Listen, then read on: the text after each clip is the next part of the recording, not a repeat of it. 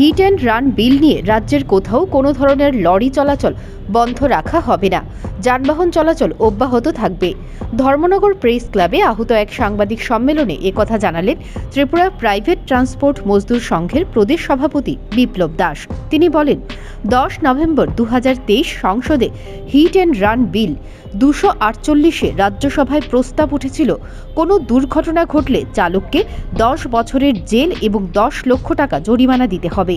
এই প্রস্তাবকে ধিক্কার জানিয়ে বিএমএস-এর নামে রাজ্যের বিভিন্ন জায়গায় বুধবার থেকে লরি চলাচল বন্ধ হয়ে যাবে বলে যে গুজব ছড়ানো হচ্ছে তা বিভ্রান্তিমূলক। তিনি বলেন, বিএমএস যানবাহন চলাচল বন্ধ রাখা এবং ধর্মঘটের মতো আন্দোলনে বিশ্বাসী নয়। তাই বিএমএস চাইছে আন্দোলনের মধ্য দিয়ে সরকারকে এই বিল প্রত্যাহারে বাধ্য করতে।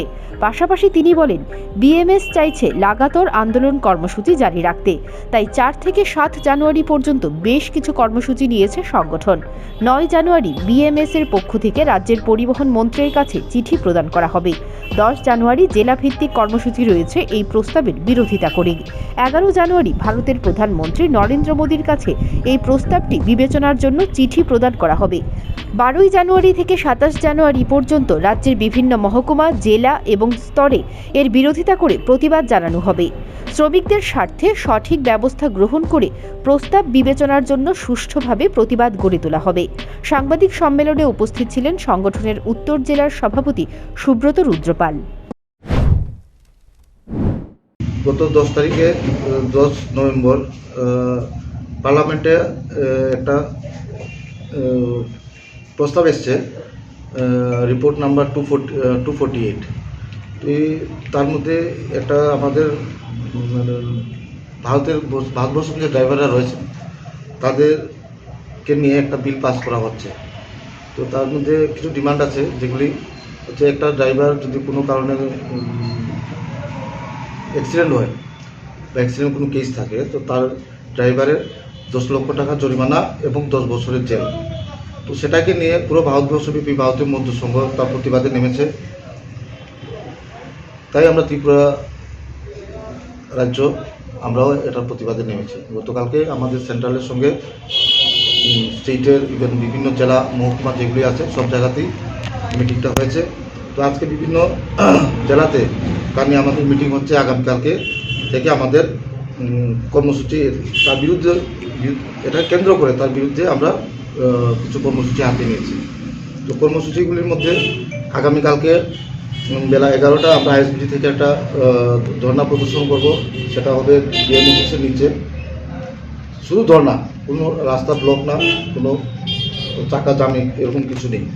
আপনাদের মাধ্যমে আমরা সবাই ত্রিপুরার যে সমস্ত সুনাগরিককে তাও একটা বার্তা পৌঁছাতে চাচ্ছি, যেটা হচ্ছে গিয়া বিভিন্ন সংগঠন আমাদের ভারতীয় মজদুর সংঘের নাম করে বিভিন্ন জায়গাতে বিভিন্ন যাত্রীকে হ্যারাসমেন্ট করছেন যে স্ট্রাইক হবে, সেই হবে, কিন্তু ভারতীয় মজদুর সংঘ স্ট্রাইকে বিশ্বাসী না।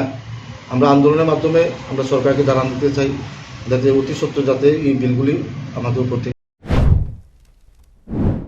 কেন্দ্রীয় সরকার আইন লাগু করতে যাচ্ছে যান দুর্ঘটনায় কারোর মৃত্যু হলে গাড়ি চালকদের বিরুদ্ধে কঠোর শাস্তির আইন প্রণয়ন করা হবে। এর বিরুদ্ধে প্রতিবাদ জানিয়ে ইতিমধ্যে রাজ্যের বিভিন্ন জায়গায় গাড়ি চালকরা প্রতিবাদ জানাতে শুরু করেছেন।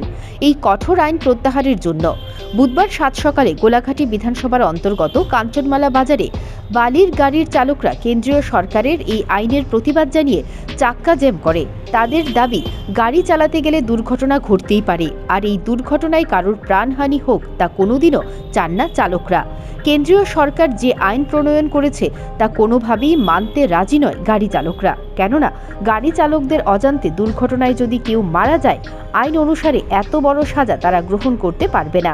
যার ফলে কেন্দ্রীয় সরকারের এই আইনের বিরোধিতা করে বুধবার 7 সকালে কাঞ্চনমালা বাজারে চাক্কা জ্যাম করে বালি গাড়ির চালকরা।